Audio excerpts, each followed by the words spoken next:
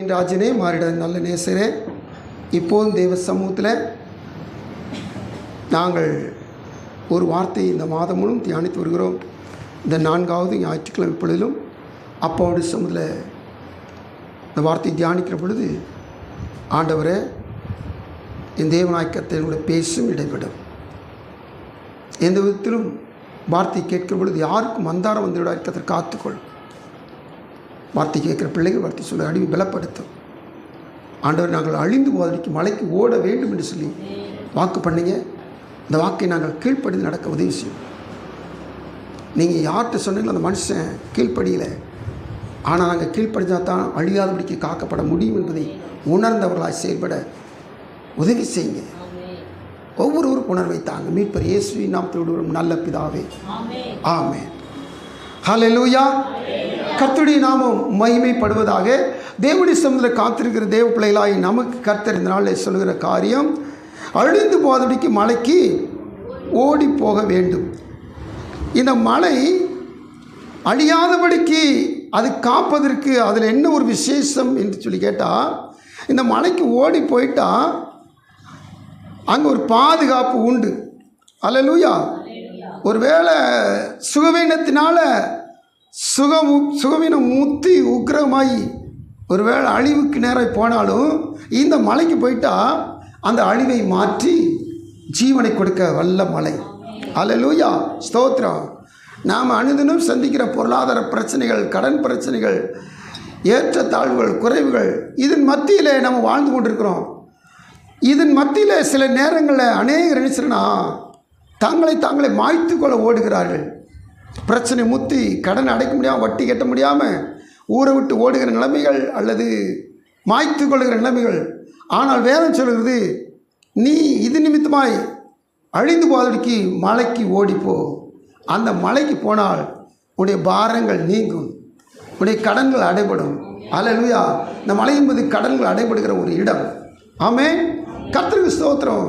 சமாதானம் இல்லை, சந்தோஷம் இல்லை, மனக்கலக்கம், தயக்கம், பிரச்சனை, சோர்வு, போராட்டம், எங்கே பார்த்தாலும் அநீதி, துன்மார்க்கம் நிறைந்த உலகத்தில் எல்லாவற்றுக்கும் தப்பித்து வாழ அழியாதபடிக்கு ஒரு மலைக்கு ஓடி போச்சுற கர்த்தர். இந்த நாள் நம்ம ஒரு வசனத்தை வாசித்தோம். அந்த மலைக்கு போகிற பொழுது நாம் என்ன செய்ய வேண்டும் அப்படின்ற காரியத்தை குறித்து நம்ம இந்த நாட்டில் தியானிக்க போகிறோம். நாம் வாசித்தோம், கண்மலையாய் கிறிஸ்துவிடத்தில் ஓடி வந்தவர்கள் பாதுகாக்கப்பட்டார்கள். நம்ம வாசித்தோம், ஓரேப் என்கிற மலையிடத்திற்கு வந்தவர்கள் புதுப்பிக்கப்பட்டு அவர்கள் அநேக தலைவர்களை ஏற்படுத்தவும் அவர்கள் அபிஷேகிக்கப்பட்டு பலத்த கிரி நடப்பிக்க முடியாமல் மீட்பெல்லாம் செயல்பட்டான்னு சொல்லி பார்த்தோம். நாம் பார்த்தோம் ஒளியமலை என்று ஒளிமலை குறித்து பார்த்த பொழுது, ஒளியமலையில் ஜெபித்த இந்த உன்னதரை போல நாமும் ஜெபிக்கிற பொழுது அநேக பலத்த நன்மைகளை பெற்றுக்கொள்வோம் என்று சொல்லி பார்த்தோம். இந்த நாட்களிலும் இந்த மலைக்கு போகிற வழியில் நாம் என்ன செய்ய வேண்டும் என்பதை குறித்து பார்க்கிற பொழுது மீண்டும் வாசிக்கலாம். 121 1 2. எனக்கு ஒத்தாசை வரும் பர்வதங்களுக்கு நேராக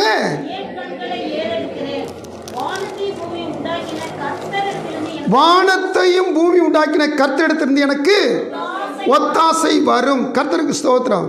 நாம் அநேக நேரத்தில் மழை இருந்துச்சுன்னா மழையே நினச்சிக்கிட்டு இருக்காதீங்க. திரும்பி உங்களுக்கு வான் பண்ணுறேன். இந்த மலை எப்படிப்பட்ட மலை சொல்லி வேதம் போட்டுக்கிட்டீங்கன்னா, வானத்தையும் பூமி உண்டாக்கின மலை. ஹல்லேலூயா. கர்த்தருக்கு ஸ்தோத்திரம். அப்போ இதிலேருந்து நீங்கள் தெரிஞ்சுக்கணும், இந்த மலைன்னு சொன்னால் ஜாக்கிரபியில் இருக்கிற பூகோளத்தில் இருக்கிற அந்த மலை கிடையாது. இந்த மலை அல்லேலூயா கண்மலையாகி கிறிஸ்து. இந்த மலையிடத்தில் ஓடி வந்தால் அடைக்கலம் உண்டு, பாதுகாப்பு உண்டு, வெற்றி உண்டு, விடுதலை உண்டு, சமாதானம் உண்டு, மகிமை, சந்தோஷம் காணப்பட முடியும். அல்லேலூயா. இந்த மலைக்கு போவது நம்முடைய பார்வையில் மாற்றம் இருக்கக்கூடாது. இந்த மலையை குறித்து ஒரு மதிப்பு போட்டிருப்பீங்க. இந்த மதிப்பில் நீங்கள் மதிப்பை ஒரு நாள் இழந்து போக விடக்கூடாது. மதிப்பு இழந்து நீங்கள் கணித்து விடக்கூடாது. அல்லேலூயா. சொல்கிற வார்த்தையில் நல்லா உள் வாங்கிக்கங்க. இந்த மலையை குறித்தான ஒரு பெரிய பலத்த ஒரு எண்ணங்கள் உங்கள்கிட்ட உண்டு. அநேக நேரங்களில் சுற்றுப்புறங்கள் உங்களை என்ன செய்துன்னு சொல்லி கேட்டிங்கன்னா, இந்த மலை குறித்தான உங்களை மதிப்பை தவறுதலாக மதிப்பிட பண்ணி உங்கள் பார்வையை வேறு பக்கம் திருப்பிவிட உலகம் உங்களை சுற்றி சூழ்ந்திருக்கிறது. ஆனால் உலகத்து பேச்சை நீங்கள் என்ன செய்யக்கூடாது, செவியில் வாங்கிடக்கூடாது. அல்லேலூயா. மாம்சிகமும் உலகமும் பிசாசும் உங்களை அந்த உன்னதத்திலிருந்து பிரிக்கிறதுக்கு எவ்வளவுக்கு எவ்வளவு துரிதமாய் செயல்படக்கூடுமோ அவ்வளவுக்கு அவ்வளோ துரிதமாய் செயல்பட்டு கொண்டது. ஆனால் எக்காரணம் கொண்டு நீங்கள் என்ன செய்யுங்கன்னா இந்த உன்னதருடைய இந்த வல்லமை மேலே, உன்னதருடைய மகிமை மேலே வச்சிருக்கிற அந்த பார்வையை, அந்த கணிப்பை நீங்கள் குறைச்சிடாதீங்க. அல்லேலூயா. கர்த்தருக்கு ஸ்தோத்திரம். இந்த வசனத்தை வாசித்தோம். ஒத்தாசை வரும் பர்வதங்களுக்கு நேராக என் கண்களை, அல்லேலூயா, ஸ்தோத்திரம். இந்த பர்வதம் எப்படிப்பட்ட பர்வதமா? உதவி செய்கிற கண்மலையா, உதவி செய்கிற பர்வதமா. இது நமக்கு நன்மை செய்கிற ஒரு மலை. நான் ஆரம்பத்தில் சொல்லிட்டேன், உங்களுக்கு என்ன பிரச்சனையோ இந்த மலைக்கு போய்ட்டு அந்த பிரச்சனை தீர்ந்துடும். திரும்பமாக சொல்கிறேன், ஒரு வார்த்தை கேட்குற பொழுது மொட்டை கட்டையாக கேட்டிங்கன்னா இந்த பூகோளத்தில் இருக்கிற மலைகளை குறித்து நீங்கள் நினச்சிக்கிட்டு கூடாது. இது ஜீவ கண்மலை, இது நன்மை செய்கிற மலை, இது ஒத்தாசை அனுப்புகிற மலை. இந்த கிறிஸ்துவை நோக்கி ஓடுகிற பொழுது நாம் தவறி விடக்கூடாது. அதற்கு தான் நம்ம ஒரு வசனத்தை நீதிமொழி வாசித்தோம். உன் கண்கள் நேராய் நோக்க கடவது. கர்த்தருக்கு ஸ்தோத்திரம். அப்போ இந்த நேராய் என்ற வார்த்தையை வாசிக்கிற பொழுது, இந்த கண்மலையை நோக்கிற பொழுது இடது பக்கம் நோக்கிறதுக்கு நமக்கு சான்சஸ் உண்டு, வலது பக்கம் நோக்கிறதுக்கு சான்சஸ் உண்டு. சில நேரத்தில் பின்பக்கம் பார்க்குறதுக்கும் திரும்பி பார்க்குறதுக்கும் சான்ஸ் உண்டு. ஆனால் வேதம் நமக்கு தெளிவாக சொல்லிடுச்சு, உன் கண்கள் என்ன செய்யுது, நேராக பார். இந்த உதவி செய்கிற மலையை நீ பார்த்துரு. திரும்பமா 19 ஆதியாகமத்துக்கு வருவோம். ஆண்டவர் சொன்னார், நீ அழியாதபடிக்கு 17 வசனம் சொன்னார், நீ அழியாதபடிக்கு மலைக்கு ஓடிப்போன்னு சொன்னார். ஆனால் இந்த மனுஷன் இவன் நமக்கு நல்ல ஒரு உதாரணம் போயிட்டான். யாரு? லோத். 19 சொல்கிறான் பாருங்க, கீழ்ப்படிய மாட்டான், எதிர்த்து பேசுகிறான், தேவ திட்டத்தை குலைச்சு போட்டான். சத்தமா வாசிங்க.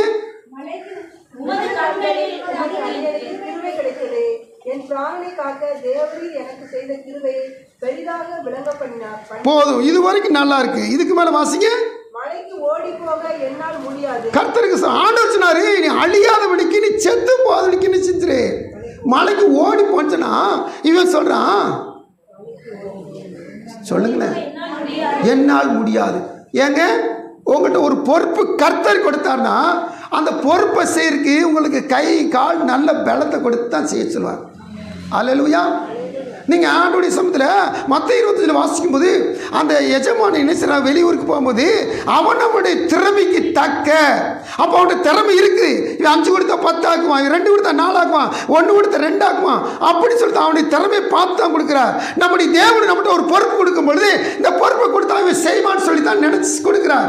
ஆனால் இப்போ லோத்து என்ன சொல்றான், என்கிட்ட அந்த திறமை இல்லை, ஆண்டவர் உனக்கு திறமை இருக்கு, ஓடி போன்னு சொன்னா என்னால் எதிர்த்து பேசுறான், என்னால் ஓடி போக முடியாது. அடுத்து சொல்றான் பாருங்க, என்னது,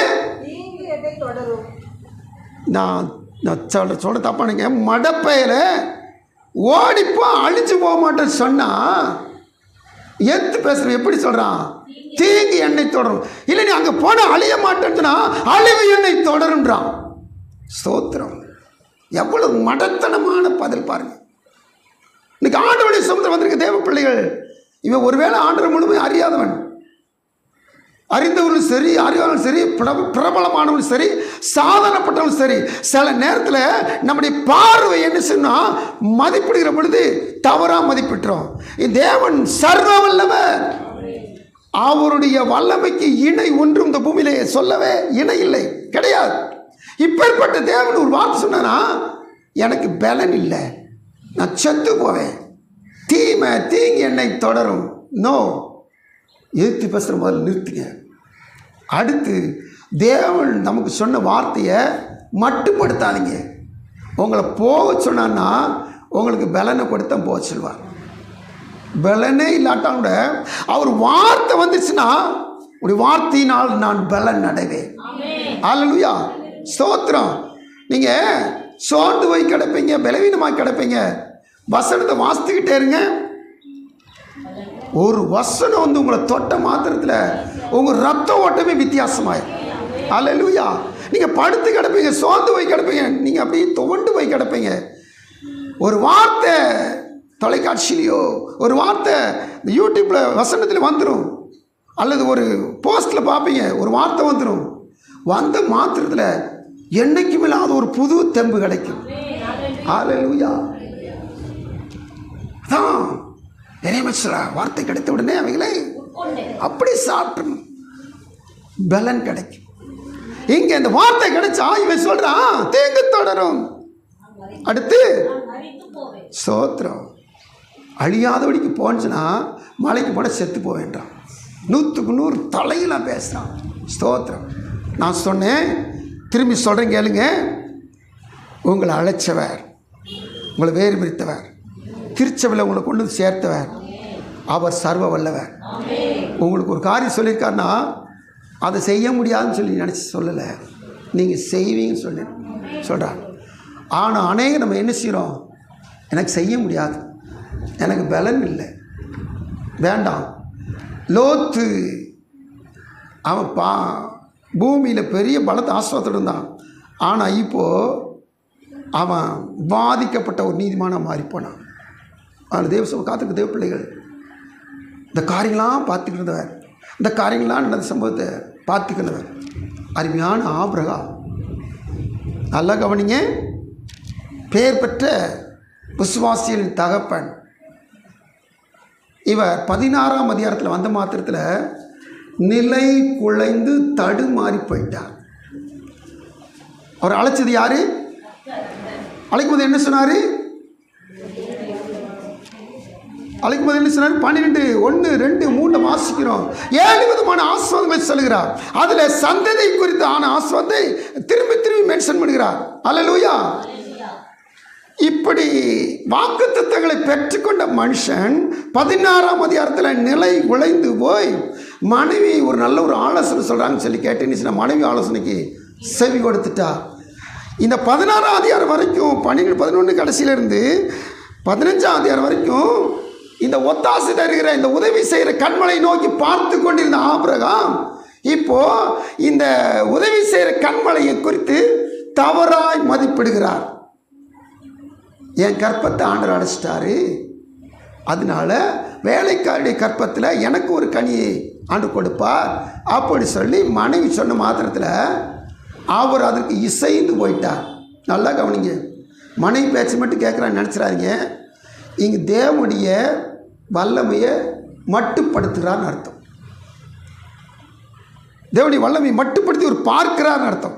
எப்படி? இவர் அனுபவித்த அனுபவங்களை கொஞ்சம் நினச்சி பாருங்கள். 12ஆம் அதிகாரத்தில் 7 விதமான வாக்குத்தத்தங்களை பெற்று அழைக்கப்பட்டு கானான் தேசத்துக்கு வந்துட்டார். கானான் தேசத்துக்கு வந்தவர் கானான் தேசத்தில் தான் இதுதான் உனக்கு கொடுக்கப்பட்ட தேசம் குடின்னு சொன்னால், இப்போ குடியிருந்துக்கிட்டு இருக்கும்போது அவங்க பஞ்சம் உண்டாயிருச்சு. பஞ்சத்தில் அவர் சுயமாக ஒரு முடிவு எடுத்துட்டார். எல்லாம் சொன்னாங்கல்ல, எகிப்துக்கு போவோம், மழை பெய்யாட்டாலும் அந்த தேசத்தில் புல்வெளி இருக்கும், ஆடு மாடு மிகுதியாக நம்ம வச்சுருக்குறோம், அங்கே போனால் தான் பிழைச்சோம், இல்லாட்டா செத்தோம். அல்லேலூயா. கானான் தேசத்தானே கூட்டு வந்தார், ஆடு மாடுகளோடு தானே கொண்டு வந்தார். அந்த ஆடு மாடுகளுக்கு கானான் தேசத்தில் தீவனத்தை கொடுக்க வல்லவர். முழு ஆடு மாடு செத்த பிற்பாடு இந்த ஆபிரகாம சந்ததி உருவாக்கி பெரிய சந்ததியாக உருவாக்குறதுக்கு அவர் திட்டம் இல்லை. அவனையும் ஆஸ்வதிக்கணும், அவனுடைய சந்ததியும் ஆஸ்வதிக்கணும், இந்த திட்டத்தோடு கொண்டு வந்தார். ஆனால் பாருங்கள், இவன் என்னச்சுட்டான், ஒரு முடிவு எடுத்து எகிப்துக்கு போயிட்டான். போனால் தவறு, போன இடத்துல நடந்தது மகா தவறு. என்னாச்சு? ஆபிரகாம் மனைவியை பார்வோன் தூக்கி கொண்டு வச்சுக்கிட்டு தனக்கு மனைவி ஆக்கிக்கொள்ள பார்க்கிறான்.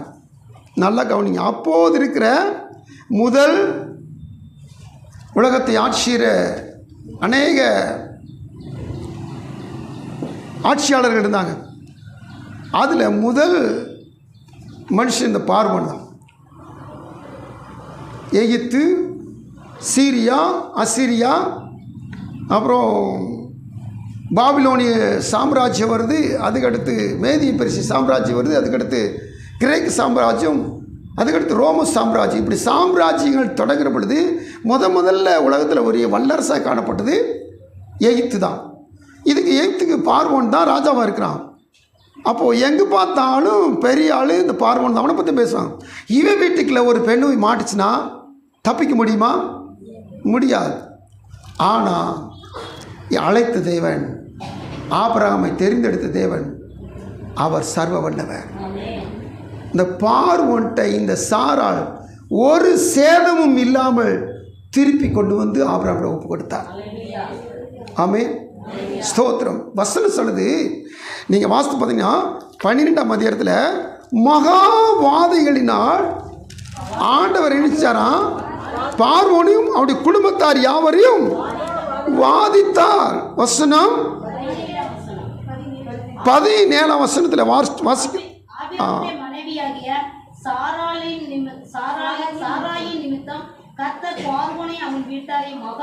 அந்த ராஜாவையும் அவங்க வீட்டில் இருக்க எல்லாரும் நினைச்சாரா வாதையும் சொன்னாவே தாங்க முடியாது.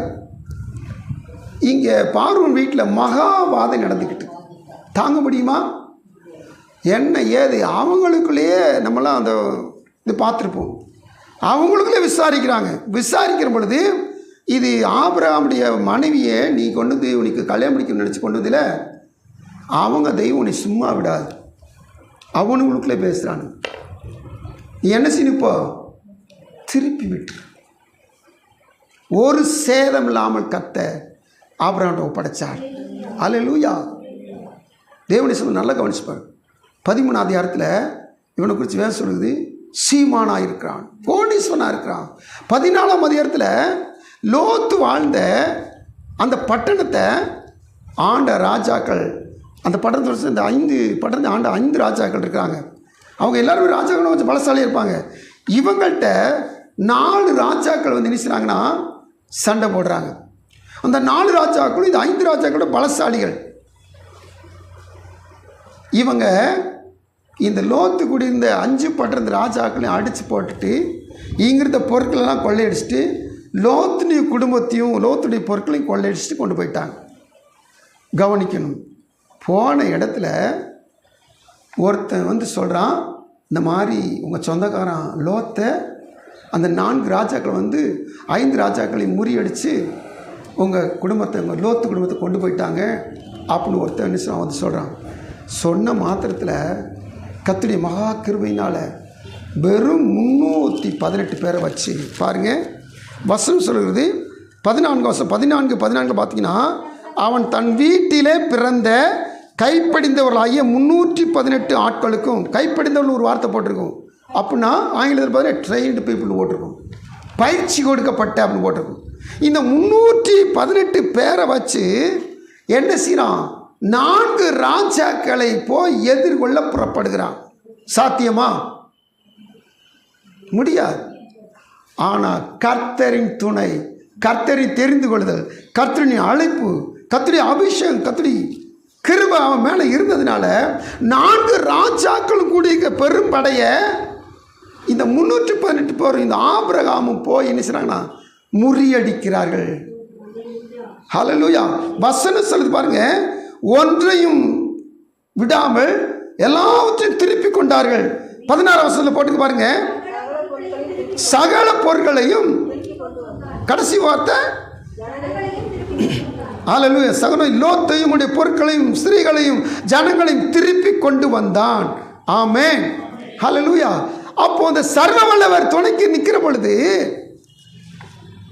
இந்த ஆபிரகாம் ராஜாக்களை முறியடிக்கிறதா இருக்கிறான். கர்த்தருக்கு இந்த வேலையை நம்மளை குறித்து யோசிக்கணும். ஆபிரகாம் அழைச்ச தேவன் ஆபிரகாம் நமக்கு விசுவாசியின் தகப்பனை வச்சிருக்கிறார். நாம் விசுவாசியில் இருக்கனால நம்மையும் சத்துருக்களை மேற்கொள்ள அதிகாரம் தந்து தான் நம்ம நடத்துகிறார். ஸ்தோத்திரம். வசனம் சொல்ல சகல வல்லமை மேற்கொள்ள அதிகாரம் தந்திருக்கிறார். இதோ சர்ப்பத்தையும் தேள்களையும் சத்துருடைய சகல வல்லமையும் மேற்கொள்ள நான் உங்களுக்கு. ஹல்லேலூயா. அன்று 4 ராஜாக்களை அந்த ஆபிரகாம் முறியடிச்சானா, இன்னைக்கு எத்தனை சத்துரு வந்தாலும் பரவாயில்ல, என் தேவன் எனக்கு அதிகாரம் கொடுத்திருக்கிறார், அத்தனையும் நான் மேற்கொள்வேன். அல்லேலூயா, ஸ்தோத்திரம். எப்பக்கம் நெருக்கப்பட்டும் நான், அல்லேலூயா, ஸ்தோத்திரம். கர்த்தர் ஆவியானவர் என்னோடு கூட இருக்கிறார். ஆமென். கர்த்தருக்கு ஸ்தோத்திரம். தொடர்ந்து வேதவசனம் வாசிக்கிறோம் பாருங்க. இப்பேற்பட்ட வல்லமையுடைய தேவன் அங்கு ஒரு சேதம்லாம் மனைவி திருப்பி கொடுத்தவர், இங்கு ஒரு பொருள் கூட குறையாம எல்லாரையும் திருப்பி கொண்டு வர வல்லமை படைத்த ஆண்டவர் அவருக்கு சந்ததியை கொடுக்க முடியுமா முடியாதா? ஆனால் என்னாச்சு, மனைவி பேச்சு ஓங்கிருச்சு. கத்தரிசுவர் காத்திருக்கு தேவன் நல்லா கவனிச்சு பாருங்க. அநேக நேரங்களில் இந்த நன்மை தருகிற இந்த உதவி செய்கிற இந்த பர்வதத்தை நோக்கி பார்க்கிற நான் இத்தனை நாளாக காத்திருந்தேன், இந்த மழை எனக்கு நன்மை செஞ்சுருக்குது, ஆனால் இந்த நன்மையை இந்த மழையினால் செய்கிறதுக்கு முடியலை. இப்போது என் மனைவி பேச்சை கேட்டு நான் என்ன செய்கிறேன், இந்த மலையை மறுதளிச்சுட்டு மனைவிக்கு நான் செவி கொடுத்து ஒரு இஸ்மவேலை பெற்றுக்கொள்கிறேன். சரியா தவறா? தம்பிகள் ஆன்சர் சொல்லுங்க, சரியா தவறா? சத்தமா? அல்லேலூயா, தவறு. இது நன்மை செய்கிற மலைங்க. என்ன நன்மை வேண்டுமானாலும் நீங்கள் கேட்டால் அந்த மலைட்டு கிடைக்கும். அல்லேலூயா, இது ஜீவ கண்மலை, எல்லாம் தரும். ஆனால் பார்வை என்ன செஞ்சுச்சுன்னா மாட்டப்பட்டுருச்சு. எப்படி? ஒரு நாளில் ஆண்டவர் அநேக ஜனங்களுக்கு உணவு கொடுத்துட்டு, நீ அக்கறை போய் போங்கன்னு சொல்கிறார். அவங்களும் அக்கறைக்கு போக ஆரம்பிச்சிட்டாங்க.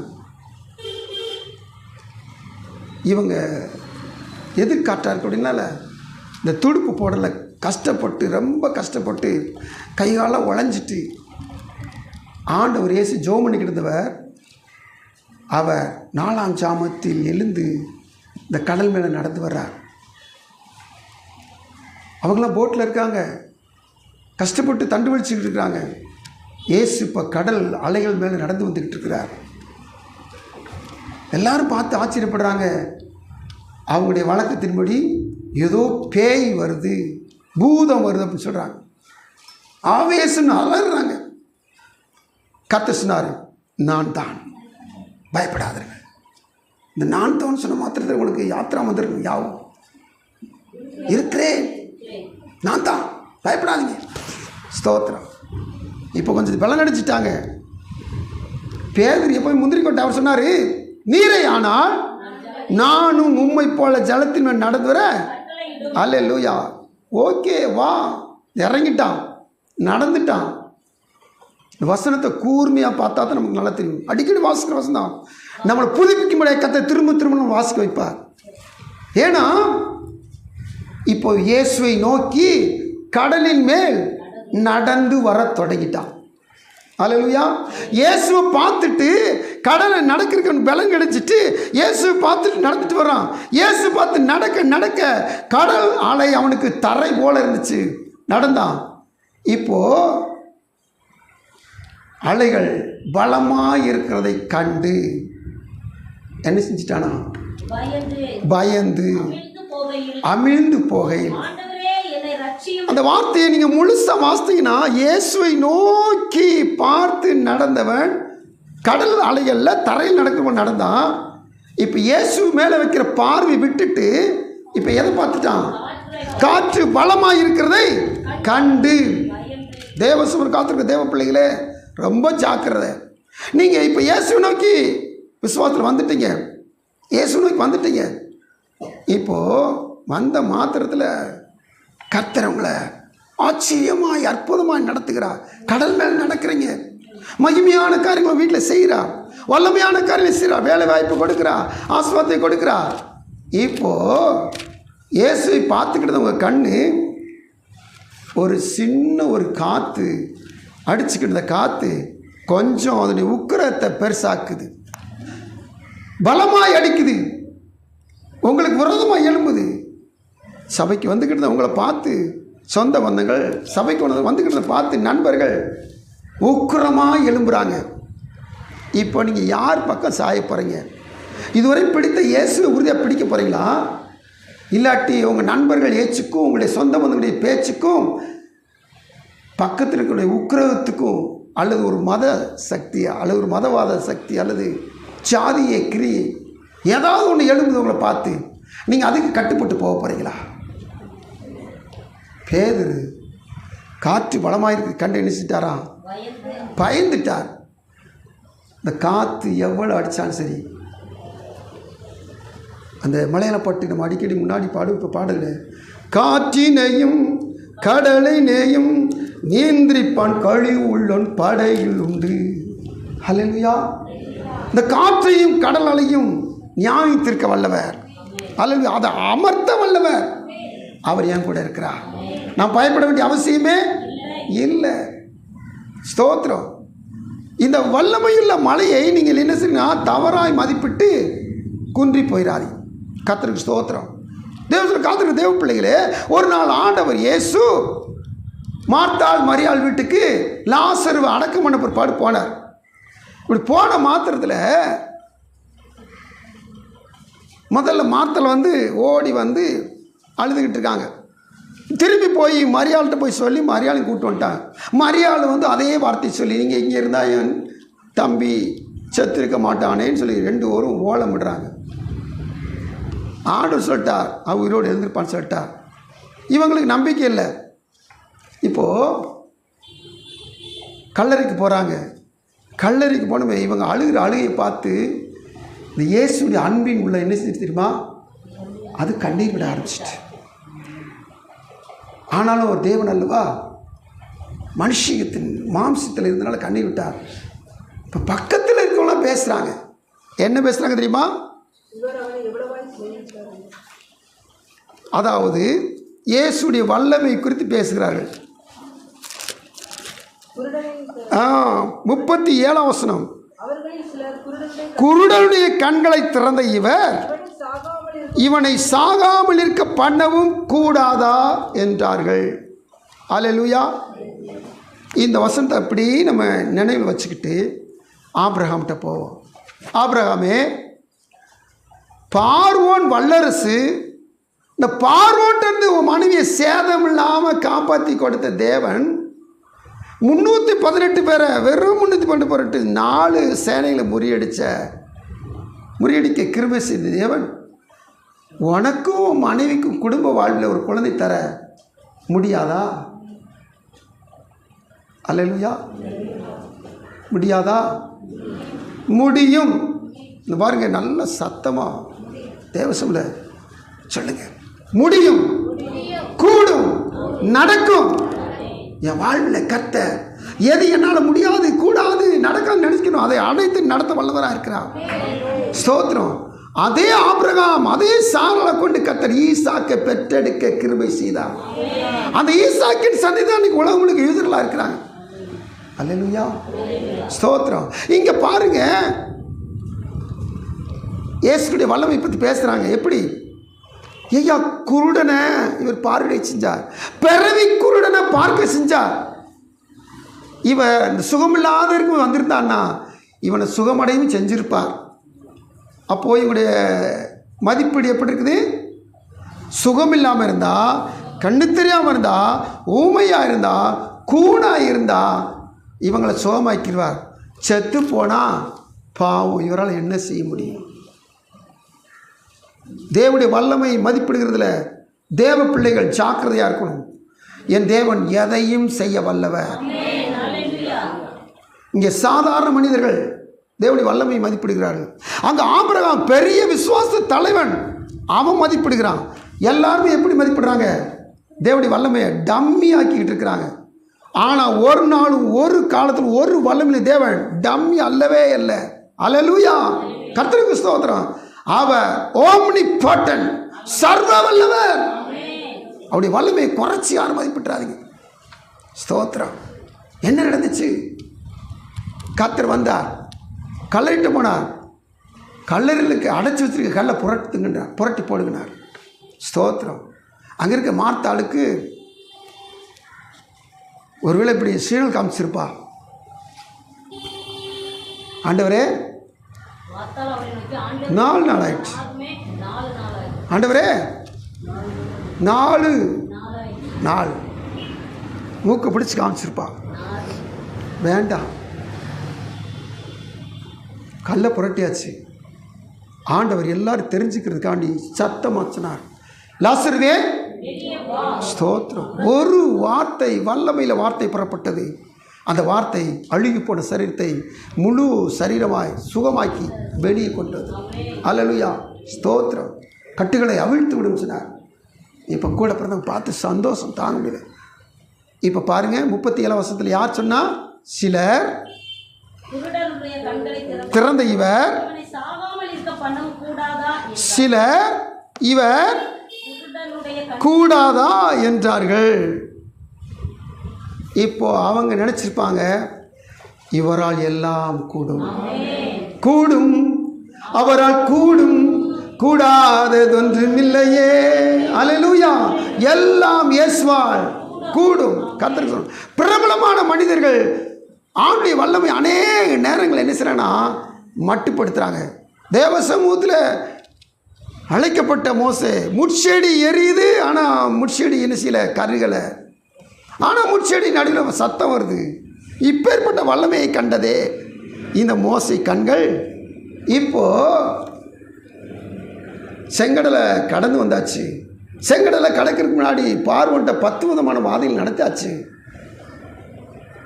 செங்கடலை கடக்கிறது பெரிய காரியம், சாதாரண காரியமா, மிக மிக பெரிய காரியம். ஸ்தோத்திரம். இப்படி மகிமையான காரியங்களை கடந்து வந்தவர்கள் இப்போது சாப்பாடு கேட்டாச்சு, மண்ணா கொடுத்தாச்சு, தண்ணி கேட்டாச்சு, கண்மலை பிடிந்து கொடுத்தாச்சு.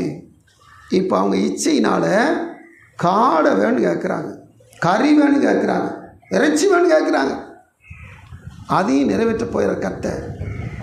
ஆனால் என்ன 11 மோசே ஆண்டோட்ட இந்த ஜனங்கள் இறைச்சி கேட்குறாங்களே வருத்தப்படுறான், வேணால் மன வேதனைப்படுறான்.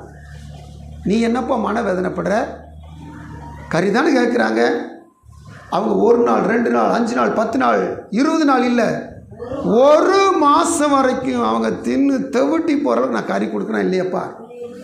மோசே சொன்னார் பாருங்க, 8ஆம் புத்தகம் 11ஆம் அதிகாரத்தில் மோசே சொல்கிறாரு, மோசே 6,00,000 பேர் 1 மாதம் முழுவதும் புசிக்கும்படி அவர்களுக்கு இறைச்சி கொடுப்பேன் என்று சொன்னீரே, ஆடு மாடுகளை அவர்களுக்காக அடித்தாலும் அவர்களுக்கு போதுமா, சமுத்திரத்து மச்சங்கள் எல்லாம் அவர்களுக்காக சேர்த்தாலும் அவர்களுக்கு போதுமா என்றான். அதற்கு கர்த்தர் மோசேயை நோக்கி, கர்த்தருடைய கை குறுகி இருக்கிறதோ, என் வார்த்தைப்படி நடக்குமோ, கர்த்தருடைய கை குறுகி இருக்கிறதோ, அடுத்து என் வார்த்தைப்படி நடக்குமோ நடவாத என்று நீ இப்பொழுது காண்பாய் என்றார். கர்த்தருக்கு ஸ்தோத்திரம். ஆண்டடி சொல்ல காத்திருக்க தேவ பிள்ளை எல்லாம் கவனிச்சு பாருங்க. நடக்குமா? திரும்பி சொல்லுங்க. 124 சைடில் இந்த ஒத்தாச பர்வதம் நோக்கி பார்க்கிற பொழுது சந்தேகம் என்கிற இடது பக்கத்துலையும் அவிஸ்வாசம் என்கிற வலது பக்கத்துலையும் கண்ணை வச்சிடாதீங்க. நன்மை செய்கிற கண்மலையை மாத்திரம் பாருங்க. எந்த நன்மையும் இந்த மழை செய்ய வல்லமை உள்ளது. அல்லேலூயா. இந்த இயேசு கிறிஸ்து, இந்த கர்த்தராகிய தேவன் எந்த நன்மையும் கொடுக்க வல்லமை இல்லவர். அல்லேலூயா. ஏன் மோசே நீ கை நீட்டித்தானப்போ ஒரு நைட்டில் கீழ்காற்று வீசி ஒரு கடலை 2ஆ பிளந்துச்சு. மோசே கடலவே 2ஆ பிளந்து கால் நனையாமல் 6,00,000 குடும்பங்களையும் மிருக ஜீவராசிகளும் அனைத்தையும் கடத்திட்டு அதே கடலுக்குள்ள பார்வோனுடைய சேனை மூங்க வச்சாரு. இந்த வல்லமையில தேவன் ஜனங்களுக்கு இறைச்சி கொடுக்கறதுக்கு அவருக்கு முடியாதா? என்ன மோசை நினைச்சுக்கிட்டு இருக்க? முடியாதா? முடியாதா? அல்லேலூயா. தேவசன காத்துக்கு தேவ பிள்ளைகளே, அநேக நேரங்களில் இந்த ஒத்தாசை பர்வதங்களுக்கு நான் என் கண்ணில் ஏற எடுக்கிற பொழுது நான் இந்த நன்மை செய்கிற மலையை மட்டுப்படுத்தி பார்க்கிறேன். எப்படி ஆண்டவர் முடியும்? இவனே சொல்றான், ஏன் கூட இருக்குது 6,00,000 காலாட்கள். கடல் இருக்கலாம் வலையை போட்டு வாரி போட்டாலும், நடமாடுகிற மிருகஜீவெல்லாம் அடித்து போட்டாலும் காணாது. இந்த வார்த்தை விடு மோசே, இந்த வார்த்தை விடு. தேவ பிள்ளைகள் இந்த வார்த்தை விடுங்க. இந்த மலைக்கு நன்மை செய்கிற மலைன்னு பேர். எந்த நன்மையும் செய்யும் இந்த மலை. எப்பேற்பட்ட நன்மையும் செய்யும் இந்த மலை. எவ்வளவு நன்மையும் செய்யும் இந்த மலை. நீ மட்டுப்படுத்தாத, நீ மட்டுப்படுத்தாத. நீ தொடர்ந்து உன் கண்ணை நேர பார், நேர மட்டும் பார். அவிசுவாசம் சந்தேகம் என்கிற இடது பக்கம் வலது பக்கம் திரும்பிடாது, நேரப்பார். இந்த மலை உதவி செய்யும். செஞ்சிச்சா? 31 வாசிங்க. 11:31. காற்று காடைகளை அடித்து கொண்டு வந்து சுற்றிலும்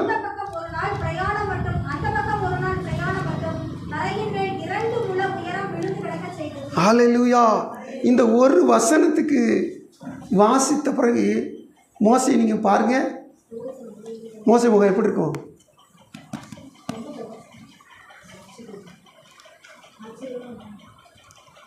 கரெக்டாக சொல்லணும், பிரமித்திருக்கும். சே, இப்படிப்பட்ட வல்லமையில தேவனே, நான் இப்படி மட்டுப்படுத்திட்டேனே. தலையை கொஞ்சம் தரையை பார்த்து கண்ணு குனிஞ்சிரும். பார்வோனுடைய அந்த மந்திரவாதிகளும் கூட மோசைக்கு முன்பாக நிற்கக்கூடாது இருந்தது. அப்பேற்பட்ட பயங்கரமான ஒரு ஊழியக்காரன் மோசைக்கு முன்னாடி நிற்கிறதுக்கு பயப்படுவானுங்க. யாரு? மந்திரவாதிகள். எப்பேற்பட்ட வாதிகள் நடத்தின இந்த மோசே. இப்போ நன்மை செய்கிற மலை 95% நல்ல மலை நன்மை செய்யும். இந்த 5% இறைச்சி கொடுக்குற காரியத்தில் இந்த நன்மை இந்த மலை செய்யாது. சரியா தவறா? வசனம் கவனிக்கணும், ஜாக்கிரதையாக இருக்கணும். செய்யும். எதை வேணாலும் எப்போ வேணாலும் இந்த நன்மை செய்கிற மலை எனக்கு தரும், எனக்கு செய்யும். அல்லேலூயா. கர்த்தருக்கு ஸ்தோத்திரம். அனுசரித்து காத்திருக்க தேவ பிள்ளைகள், நிச்சயமாய் கர்த்தர் என் வாழ்வை செய்வார். இந்த உறுதியோடு கூட ஓடுவோம்.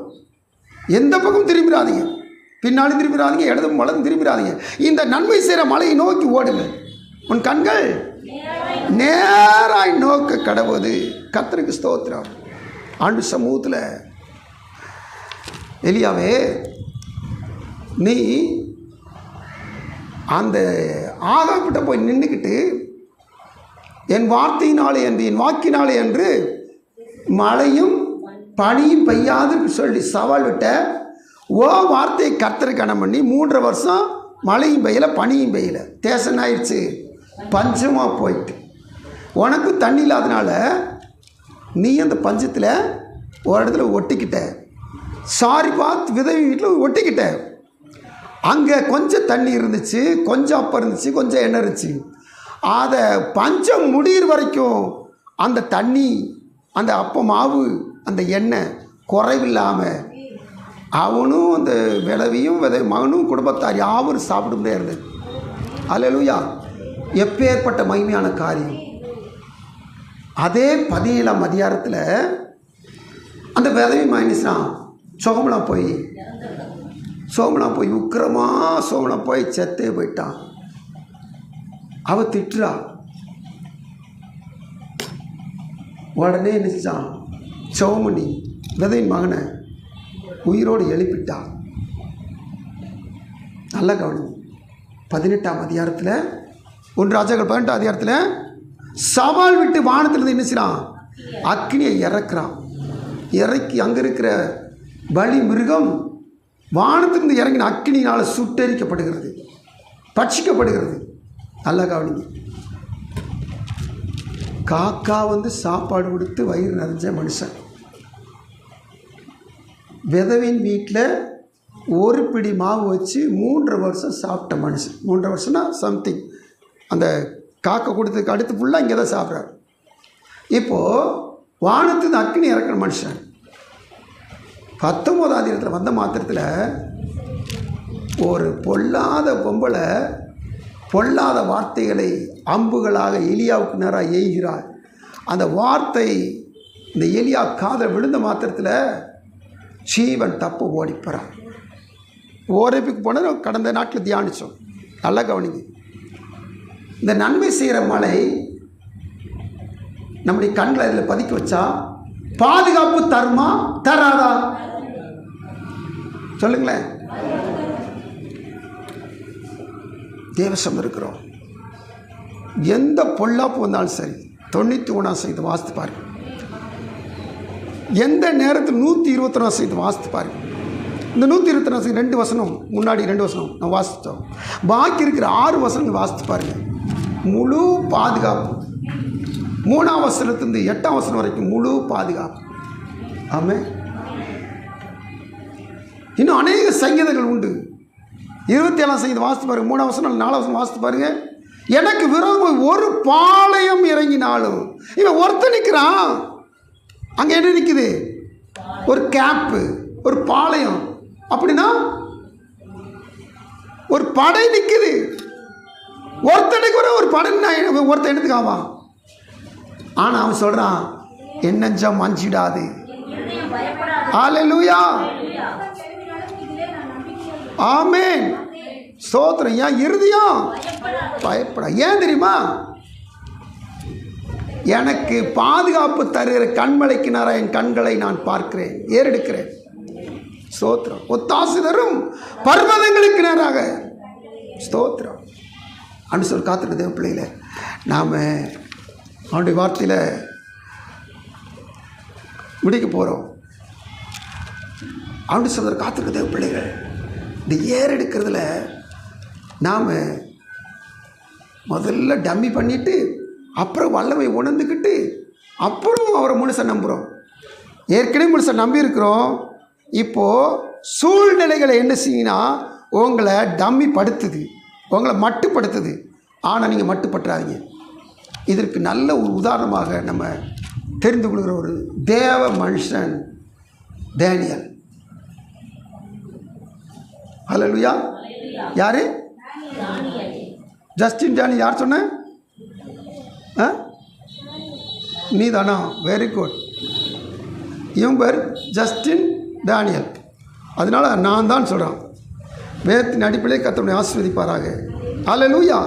கர்த்தருக்கு ஸ்தோத்திரம். இந்த தானியேல் பாருங்க, சூழ்நிலை தாறுமாறாகுது. ஜீவனே போகிற ஒரு நேரம். அப்படி 2 காலகட்டத்தில் அவனை முதல்ல 2ஆவது இடத்துல கொல்ல பார்த்தாங்க. ஞானிகளோடு சேர்ந்து ஞானிகளை வச்சு அரைஞ்சிடணும்னு சொல்லி நினச்சினாங்க, கொல்ல பார்த்தாங்க. அது பிசாசுடைய திட்டம். ஆனால் தேவ திட்டம் தான் நிறைவேறும். அடுத்து 6ஆம் அதிகாரத்தில் சத்துருக்களை எளிமை நினைச்சாங்க. இவன் என்ன விஷயத்தில் குற்றம் கிடைக்கலான்னு குற்றம் கண்டுபிடிச்சிட்டாங்க.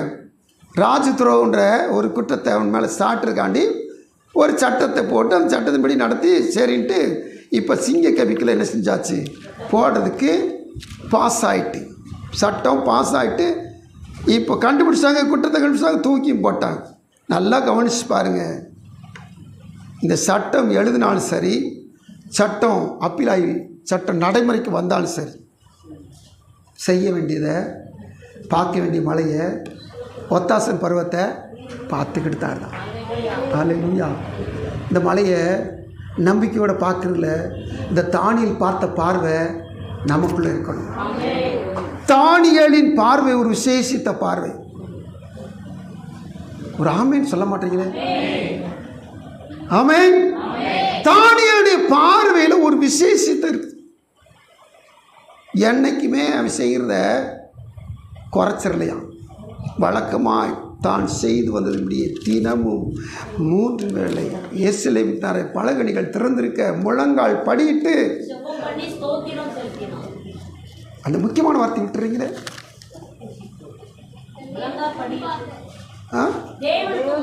அல்லேலூயா, ஸ்தோத்திரம். தன் தேவனுக்கு முன்பாக. ஆமென், ஸ்தோத்திரம். ஆண்டு சொல்ல காத்திருக்க தேவ பிள்ளையில சுற்றுப்புறம் என்னென்னமோ வருது. நம்ம வெனிசுலாவில் நிலநடுக்கம் வச்சு பார்த்தீங்களா? 2-3 வருஷத்துக்கு முன்னாடி சொல்லியிருக்காங்க, கேரளத்து தமிழ்நாட்டு இணைக்கிற ஒரு நிலநடுக்கம் உண்டாக போகுன்னு சொல்லி. திடீர்னு தூத்துக்குடிக்கும் நாகூருக்கு இடையில ஒன்று உண்டாச்சுன்னு வச்சுங்க. பயப்படாதீங்க, காக்க வல்லவர். ஹல்லேலூயா. ஸ்தோத்திரம். தேவன் காக்க வல்லவர். ஒரு நாளும் ஒன்றிலும் குறை வைக்கவே மாட்டார். ஸ்தோத்திரம். தேவனுடைய சமூகத்தில் காத்திருக்க தேவ பிள்ளைகள் எப்போ என்ன சமைக்க தெரியாது. ஆனால் ஆண்டவர் நமக்கு வாக்கு பண்ணியிருக்கிறார், பொல்லாப்பு உனக்கு நேரிடாது, அணுகாது. ஹல்லேலூயா. ஸ்தோத்திரம். பொல்லாப்பு முதல்ல சொல்லிட்டார், உனக்கு வாத கூடத்தில் பக்கத்தில் வராது. ஸ்தோத்திரம். அதுக்கிட்ட சொன்னார், பக்கத்தில் வலது பக்கத்தில், ஆமாம் பக்கத்துலனா இடது பக்கம், வலது பக்கத்துனா வலது பக்கம். 1000 10,000 விழுகும், நீ கண்ணில் மாத்திரம் பார்ப்ப. ஏன்னா நீ நம்பி இருக்கிற கண்மலை நன்மை செய்கிற கண்மலை, பாதுகாப்பு என்கிற நன்மை. இந்த தானியலுக்கு பாதுகாப்பை கொடுத்த கண்மலை. சிங்கத்தில் கபிக்கில் தூக்கி போட்டாங்க, இரவு முழுதும் ஐயாவுக்கு ராஜாவுக்கு உறக்க வரல. ஆனால் தானி நல்லா உறங்கிட்டார். ஹல்லேலூயா. தேவ பிள்ளைகளே, இந்த உதவி செய்கிற ஒத்தாசை அனுப்புகிற பர்வதங்களுக்கு நேராக நீங்கள் கண்களை எடுக்கிற பொழுது அவிசுவாசமும் சந்தேகமும் உங்களை ஆட்டி படைக்கும். சுற்றுப்புறத்தில் உங்கள் சொந்த பந்தங்களும் உறவுகளும் தாக்க பார்ப்பாங்க, கெடுக்க பார்ப்பாங்க. உங்கள் நண்பர்களும் தெரிந்தவங்களும் பேசினவங்களும் உங்களை திசை திருப்பி பார்ப்பாங்க. அசைஞ்சிராதி. விசுவாசத்தில், பார்வையில், உங்கள் சிந்தையில் உறுதியாக இருங்க. கர்த்தர் காக்க வல்லவர், கர்த்தர் காக்க வல்லவர். ஹல்லேலூயா. இன்னும் அநேக காரியங்களை நம்ம தியானிக்கணும். பவுலை குறித்து பார்த்தோன்னா அவர் பயங்கரமாக இருப்பார். பாடுகளின் மத்தியிலும் துதிப்பதில், ஜெபிப்பதில், கர்த்தரை மைப்படுதில் குறைவில்லாமல் இருந்தார். அப்போஸ்தலர் 16ஆம் அதிகாரத்தில் வாசிக்கிறோம், இவர் பாடுகளின் மத்தியில் அடி தாங்க முடியாமல் இரத்த வெள்ளத்தில் மயங்கிட்டார். மயங்கினவனை கொண்டு போய் கட்டி வச்சிருக்கிறாங்க சிறைச்சல, கைகள் காலில் தொழுமரத்தை மாட்டி வச்சிருக்கிறாங்க. மயக்கம் தெளிஞ்சு நடு ராத்திரியில் பவுல் சில பாடுறாங்க. பாடுற போது எல்லாரும் சிறைச்சாலை எல்லாரும் கேட்டுக்கிட்டு இருந்தாங்க. சடிதியில் சிறைச்சாலை என்ன செஞ்சான்? ஸ்தோத்திரம், ஸ்தோத்திரம். பாடுகளின் மத்தியில் பாடும்போது அங்கே ஒரு அசைவு உண்டாகும், அங்கே ஒரு நிலநடுக்கம் உண்டாகும். ஹல்லேலூயா. பொதுவாக நான் சொல்லுவேன், நிலநடுக்கம் என்பது அது ஒரு நியாய தீர்ப்பு. ஆமென். ஆனால் தேவ பிள்ளைகள் பாடுகிற பொழுது, துதிக்கிற பொழுது ஒரு நிலநடுக்கம் உண்டாகும். அது அவர்களை விடுவிக்கக்கூடிய அதிர்ச்சி சம்பவம். கட்டுகள் கலண்டன, கதவுகள் திறந்தன, பூமி அதிர்ந்தது, மகிமை வெளிப்பட்டது. ஸ்தோத்திரம். அங்கே அடித்தாலும், அழுதாலும், கண்ணீர் வடித்தாலும், ரத்தம் சிந்தாலும் அங்கே சிலர் ரட்சிப்புகளை நடத்திட்டு தான் வெளியே வந்தார். ஹல்லேலூயா. ஸ்தோத்திரம். ஏன்னா இந்த கண்மலைக்கு நேர, இந்த பருவத்துக்கு நேராக அவர் கண்களை ஏறெடுக்கிற பொழுது குறை வைக்கவே இல்லை. நம்ம என்ன சில நேரத்தில் நினச்சிருவோம், மனசுக்குள்ள நினச்சிருப்போம், ஸ்தோத்திரம் ஆண்டவர், இந்த ஊழியத்துக்கு வந்து நிமித்தமாக அடிபடுறேன், பிசாமல் இருந்துருக்கலாம், அந்த வேலைக்கு போயிருந்துக்கலாம், அந்த வேலையை விட்டுட்டு ஏன் தான் வந்தணும், அடியும் உதையும் தான் மிச்சமாக இருக்கு. இல்லை, பல கோடிக்கு அதிபதி பவுல் கோடிகளை துச்சமாக எண்ணி வேண்டான்னு சொல்லி விட்டுட்டு வந்தார் பவுல். இன்னைக்கு அடியும் உதையும் மிதியும் குளிரும் நாசமும் சில நேரத்தில் துணிமணி இல்லாமல் கூட இருந்திருக்கிறார். 9 வரங்களை உடைய பிரசித்தி பெற்ற பெரிய ஊழியக்காரர். ஆனால் அவர் வாழ்வில் பாருங்க, பயங்கர கஷ்டம். மில்லாறுகளை வச்சு அடிச்சிருக்கானு, 5 தடவை அடிச்சிருக்கானு. அந்த பாடல் கூட மறுதளிக்கவே இல்லை. அதனால தான் அன்றைக்கி உலகம் முழுதும் ஆவியானவரால் ஏவப்பட்டு அவர் எழுதின நிருபத்தை இன்னைக்கு வரைக்கும் நம்ம வாசித்து கனம் பண்ணுறோம். ஹல்லேலூயா. ஸ்தோத்திரம். இன்னும் அநேக தேவ மனிதர்களை நேராய் பார்த்தல் நோக்கி நம்ம பார்க்கலாம். இப்போ நம்முடைய பார்வையை கர்த்தருக்கு நிறைய எடுக்கலாம். கண்களை மூடுவோம். அன்பின் ஆண்டவரே கோடி ஸ்தோத்திரப்பா. மைமின் ராஜனே, மாறிடாத நல்ல நேசரே, ஆண்டவரை நீங்கள் கொடுத்த இந்த வாரத்தின் முதல் நாள் பொழுதில், பகல் பொழுதில் பரிசுத்த ஆவிகளோடு இடைப்பட்டுக்கிறதுக்காக ஸ்தோத்திரம். ஆண்டவரை அநேக நேரங்களில் பிரசித்தி பெற்றவர்களும் சரி, சாதாரணப்பட்டவங்களும் சரி, உங்கள் வல்லமையை குறைச்சி மதிப்பிடுறாங்க. ஆண்டவரை இயேசப்பா, வசனத்தை கேட்ட பிற்பாடு நானும் திருச்சபையார் நாங்கள் ஒவ்வொருவரும் இனி முடி வல்லமையை, நன்மை செய்கிற பர்வதமாகிய என் தேவனை நாங்கள் மட்டுப்படுத்தி எங்கள் பார்வையில் பார்த்து விடக்கூடாது. எங்கள் தேவனுடைய வல்லமை குறைத்து கணித்து விடக்கூடாது. தேவனே எங்களுக்கு உதவி செய்ய. நிச்சயமாய் முடிவு உண்டு. உன் நம்பிக்கை வீண் போகாது. ஸ்தோத்திரம், ஸ்தோத்திரம், ஸ்தோத்திரம். பார்வையை சிதற விட்டுறாத, பார்வையை சிதற விட்டுறாத, பார்வையை மாத்திராத. உனக்கு இடது பக்கம் இருக்குது அவிஸ்வாசம், உனக்கு வலது பக்கம் இருக்கு சந்தேகம். ரெண்டு பக்கம் பார்த்தேன்னா சோழி முடிஞ்சிட்டு. நீ நன்மை செய்கிற மலையை, நன்மை செய்கிற பருவத்தை நோக்கி பார். பார்வை மாற்றி விடாதே. நிச்சயமா நம்பிக்கை வீண் போகாது. கர்த்தர் உயர்த்த வல்லவராக இருக்கிறார், காப்பாற்ற வல்லவராக இருக்கிறார், கடன் அடைக்க வல்லவராக இருக்கிறார், வியாதி விடுதலை தர வல்லவராக இருக்கிறார், உனக்கு சமாதானத்தை கொடுக்க நல்லவராக இருக்கிறார். ஸ்தோத்திரம், ஸ்தோத்திரம், ஸ்தோத்திரம், ஸ்தோத்திரம். அன்பின் ஆண்டவரே நமக்கு நன்றி செலுத்துகிறோம். வந்த பிள்ளைகளை ஆஸ்வதிங்கப்பா. வார்த்தைகளை பேசின தெய்வம் சமான சௌக்கியத்தால் நிரப்பி அனுப்புங்கப்பா. தொடர்ந்து ஒவ்வொரு ஆறலிலும் மகிமைப்படுங்க, பேசுங்க. இடைவே கத்திரி சத்தம் தொனித்து கொண்டிருக்கா ஸ்தோத்திரம். இந்த சத்தம் எங்களை எப்பொழுதும் தொனித்து கொண்டிருக்கட்டும். என் தேவனை நாங்கள் கணிப்பதில் அன்றர் மிகுதியாய் நாங்கள் கணித்து ஆண்டுடைய சமூக மீதியான நன்மை பெற்றுக்கொள்ள உதவி செய்யும். மீட்பர் ரட்சகர் ஆண்டவர் இயேசு நாமத்தில் விடுகிறோம். ஜெபம் கேளும் நல்ல பிதாவே, ஆமென்.